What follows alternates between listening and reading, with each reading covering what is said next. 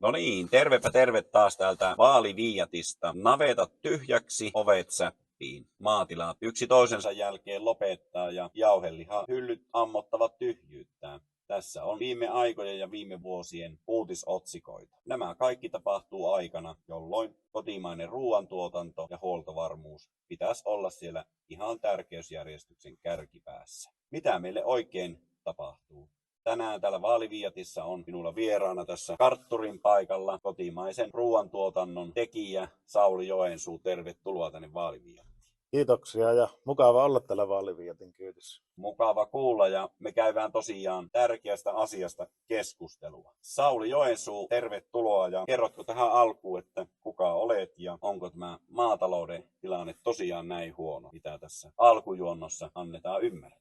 Joo, eli Joensuun Sauli on minä ja maanviljelijä lihakarjan kasvattaja tältä Raahen kaupungin Olkijoen kylältä. Ja vaimo Anitan kanssa kasvatetaan lihakarjaa sopimustuotantona Atrialle. Lisäksi tuolla peltopuolella viljellään nurmisäilörehua, rehuviljaa. Kaikki menee oman karjan rehuksi. Ja meillä perheeseen kuuluu lisäksi 3 tytärtä. Perheviljelmä meillä. Kyllä. Ja lisäksi meillä on myös vierasta työvoimaa sit siinä tilalla työllistetään. Ympärivuotisesti on 1 vakituinen työntekijä ja lisäksi kausityövoimaa käytetään.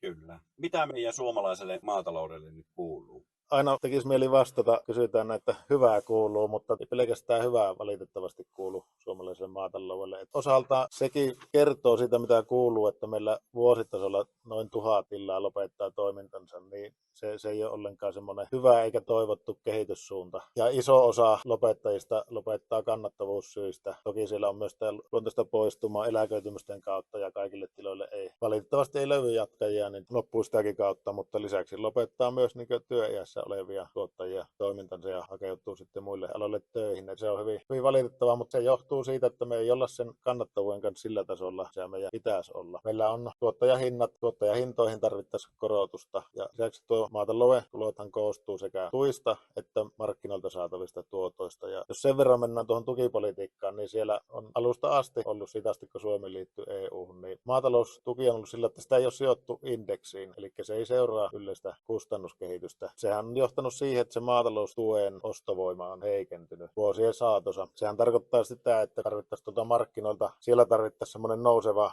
hintakehitys noihin tuottajahintoihin, ja siinä määrin ei ole onnistuttu saamaan sitä tuottajahintaa, mitä olisi pitänyt, että ne tuottajahinnat korvaisivat sen tuen reaaliarvon alenemisen. Tästä johtuen niin on sitten näitä kannattavuusongelmia maataloudessa. Ja nyt etenkin viime vuosina ne on korostunut, oltu tuossa 21-22 vuosina alkoi se kustannuskriisi. Siinä oli tosi tiukkoja vuosia muutama, ja vaikka nyt on tietyt kuluerät hieman tullut alaspäin, niin vieläkään ei olla sillä tasolla kannattavan kanssa mitä pitäisi. Ja sillä kustannuspuolella siellä ei niin enempäänsä pysty tinkimään niistä, ei pysty vaikuttamaan niihin kustannuksiin, ja sitten niitä säästöjä, kun tilatasolla haetaan, niin ei siellä pysty kaikesta karsimaan, että siellä on tietyt kuluerät, mitkä on, tietyt tuotantopanokset, ne on pakko hankkia. Sinne markkinatuottoihin, niin sinne pitäisi pystyä vaikuttaa, ja sitä tulonjakoa tässä ruokaketjussa pitäisi saada tasaisemmaksi. Eli puhutaan ruokaketjusta, että on tuottajat, teollisuus ja kauppa. Siinä ketjussa tuottajat on selkeästi niin heikommassa asemassa. Ja tänne tarvittaisiin lisää rahaa tänne alkupäähän. Ja sitä kautta sitten tällä hommalla on niin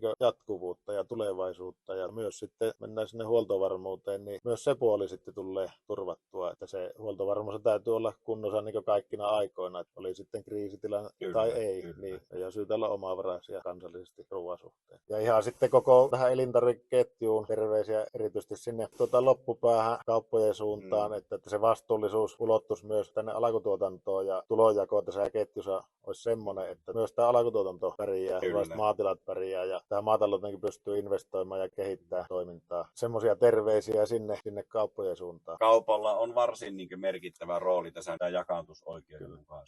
Kyllä kaupalla on merkittävä rooli tässä, koska suuri osa tuosta suomalaisesta ruoasta menee kauppojen kautta. Kyllä. Totta kai siinä kuluttajilla on rooli kans valitsen kotimaisia tuotteita ostoskoriin, mutta sitten siinä tulonjaossa niin kaupalla on iso rooli ja vastuu. Tässä on kyllä hyvin niin painavaa ja vakavaa viestiä. Kuunnellaanpa tässä tämä meidän keskustelua loppuun saakka, että onko minkäänlaista valoa tunnelin päässä. Tuossa otitkin esiin jo vähän huoltovarmuutta, niin siitähän keskustellaan varsinkin tänä maailman aikana hyvin paljon tästä huoltovarmuudesta. Niin mikä on niin maatalouden rooli tässä kansallisessa huoltovarmuudessa? No joo, kyllähän se tietysti se keskeinen ja tärkein rooli on tuottaa ruokaa, eli turvata se ruoantuotanto Suomessa. Myös muita rooleja maataloudella, mutta se on niin ylivoimaisesti tärkein se tuottaa ruokaa suomalaisille ja toki tältä pystytään tuottaa ruokaa myös vientiin. Minun mielestä meidän pitäisi olla kaikissa tuotantosuunnissa omavaraisuusaste vähintään 100%.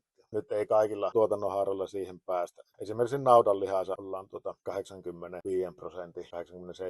87% haarukassa omavaraisuuden kanssa. Työtä vielä riittää niin. Sillä saralla päästä sinne. Kyllä. Joo, ja se täytyy olla se huoltovarmuus niin koko ajan kunnossa, että sitä ei voi, niin sitten kun kriisi on päällä, niin sitten on myöhäistä, että tämä on sellainen pitkäjänteistä homma, että tätä ei niin yhtäkkiä polokasta käyntiin, jos se ajetaan alas. Se täytyy pitää iskussa se suomalainen maatalous ja ruoantuotanto kaikkina aikoina. Kyllä, no ihan ehdottomasti juuri näin. Ja sitten tähän suomalaiseen ruokaan, niin sehän tunnetaan tämmöisenä niin puhtaana ja turvallisena. Mitkä on jo sitten tämä suomalaisen ruoan ja ruoantuotannon vahvuudet verrattuna niin muihin maihin? No mä oon ruvennut aina sanoa, että suomalainen ruoka on hyvää, puhdasta ja turvallista. Sen lisäksi, että se on hyvää ja maukasta, niin tällä kasvit kasvaa puhtaassa maaperässä. Ja kun me lannotetaan niitä kasveja, niin meillä on tutkitut lannottimet. Me tiedetään paljonko me niitä laitetaan ja tiedetään mitä ne sisältää. Kyllä. Kasvisuojeluaineiden käyttö on vähäistä verrattuna muihin maihin, ihan tutkitustikin. Ja myös sitten tuolla eläinpuolella antibioottien käyttö on vähäistä verrattuna muihin maihin. Kasvuhormoneja ei käytetä ollenkaan suomalaisessa tuotannossa. Kaikki tuotteet, mitä meillä on, niin ne ei sisällä jäämiä, ei ole kasvisuojeluainejäämiä, ei antibioottijäämiä, ei muuta. Eli ne on puhtaita ja turvallisia syödä. Kaupungille terveisiä ja myös sinne hyvinvointialueille, kun julkisia hankintoja tehdään, niin siellä ehdottomasti kriteerinä olla kotimaisuus. Minun mielestä se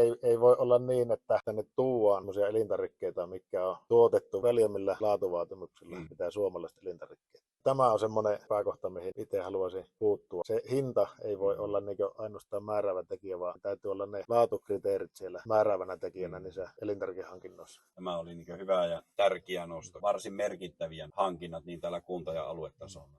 Ja lisäksi kotieläinpuolella, jos vaikka tilalle tulee salamonella, niin se on niin laissa vastustettava eläintauti. Eli sitä niin kauan saneerataan siltä tilalta pois, että tämä ei enää ole siellä. Tämäkin on niin harvinaista. Monissa Euroopan maissakin salamonella sitä vaan on. Sille ei tehdä mitään sillä tilatasolla. Maatiloillahan on tehty paljon investointeja kotieläinpuolella. Eläinten hyvinvointiin on investoitu paljon. Eläimillä on niillä on paremmat olosuhteet, mitä joskus menneinä vuosikymmeninä on ollut. Navetoissa on hyvin tilaa ja se on hyvä ilmanvaihto ja on näihin hyvinvointiasioihin panostettu. Tiloilla on myös otettu käyttöön paljon uutta tekniikkaa. Esimerkiksi traktoreissa on ajo-opastimia, automaattiohjauksia. Sitä kautta päästään esimerkiksi lannoitteen levityksessä ja kasvisuojeluaineiden levityksessä tarkempaan työhön ja ei tule päällekkäin levitystä. Saadaan ne kaikki ravinteet ja kasvisuojeluaineet paljon tarkemmin levitettyä. Kaikki nämä niin parantaa sitä tuotteiden laatua ja turvallisuutta ja myös ympäristö- ja ilmaston tilaa. Tosi monenlaisia juttuja tehdään.